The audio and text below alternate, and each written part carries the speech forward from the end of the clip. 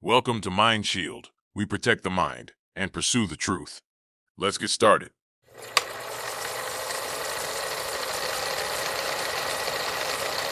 Welcome to Mind Shield Academy.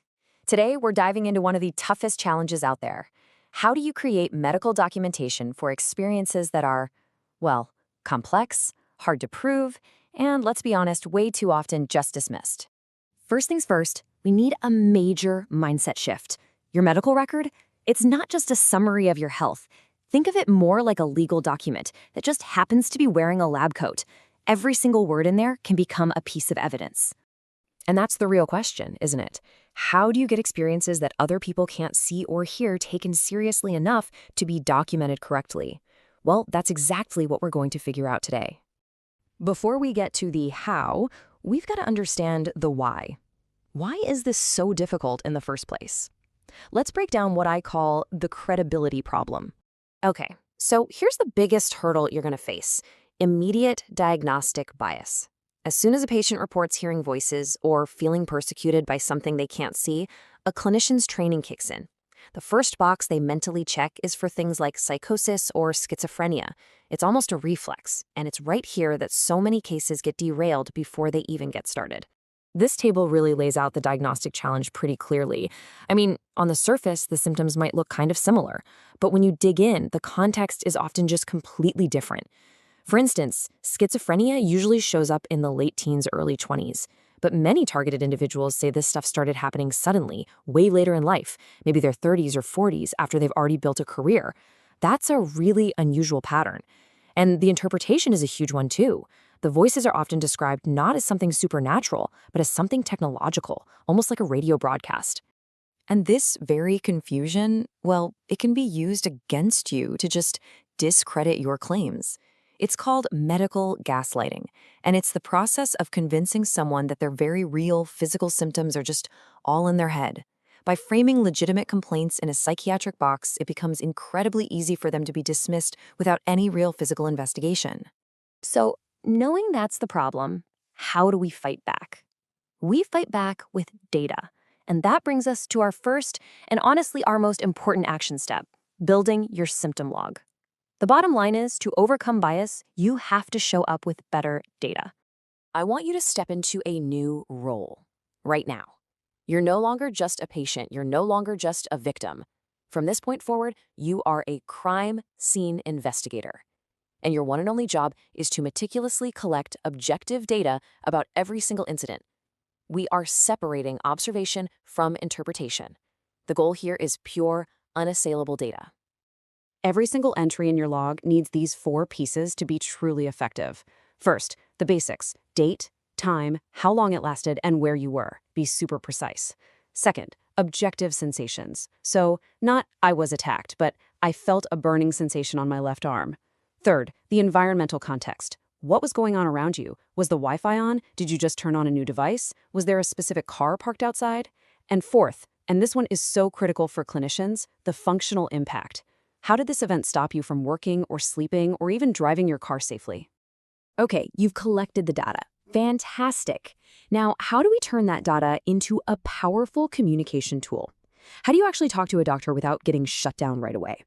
The language you choose, it's absolutely critical. On the left, we've got language based on your interpretation of what's happening, and these are phrases that almost guarantee you'll be dismissed. But on the right, we have language focused purely on objective symptoms. These are the phrases that get documented. So instead of saying "you're being attacked," you say "I am experiencing a burning sensation." Instead of using a term like V2K, which stands for voice-to-skull technology, you report "I am hearing distinct voices that others can't hear." This is the language of medicine, and this is what gets put into your permanent record. Look, your job in that clinic is not to convince the doctor of the cause. Your job is to get your symptoms accurately recorded. You let the doctor worry about the why. You just provide the what, the when, and the where. So the rule couldn't be simpler. Report symptoms, not causes. That's how you get heard. All right. With a strong log in your hand and the right language on your lips, you are now in a powerful position to take the next step: making objective requests for more testing. So the goal here is to generate what's called an objective finding.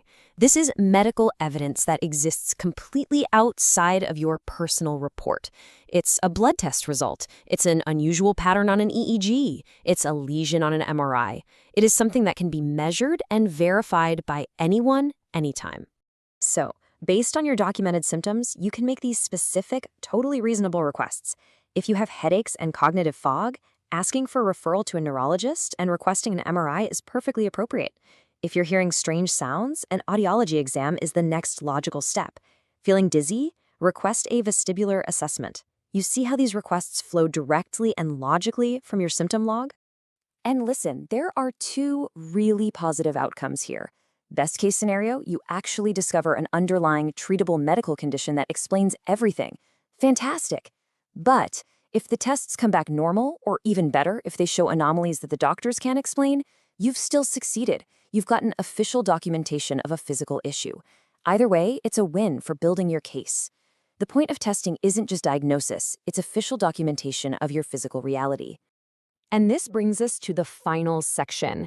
This is where all those pieces, the log, the language, the tests, all come together. This is where your documentation becomes undeniable evidence. Think about it. A single complaint about some weird sensation, that's an anecdote. It is so easy to dismiss.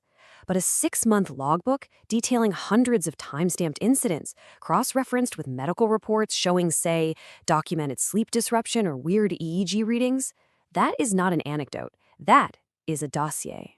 This final comparison just lays out the two paths so clearly. The dismiss narrative on the left, it's speculative, it's emotionally charged, and it's all about unproven causes. It's easy to just wave away. But the credible record on the right, it's methodical, it's focused on observable symptoms, and it leads to specific logical requests. By following the steps we've laid out, you are literally moving your story from the left column to the right. You're translating it into a language the medical and legal systems can actually understand and process. Ultimately, this is the entire mission. You are building a body of evidence that is so disciplined, so objective, and so thorough that it simply cannot be ignored. It forces a serious response. And that's really the bottom line. In a world where the alleged weapon is designed to leave no trace, your best weapon is disciplined documentation. It turns your story into a dossier, and a dossier is something a court, an agency, or a doctor can't just brush aside. Join us next time on Mind Shield Academy, where we're going to take this same evidence-based approach and apply it to the digital world. We're talking network and account forensics, the legal way. We'll see you then.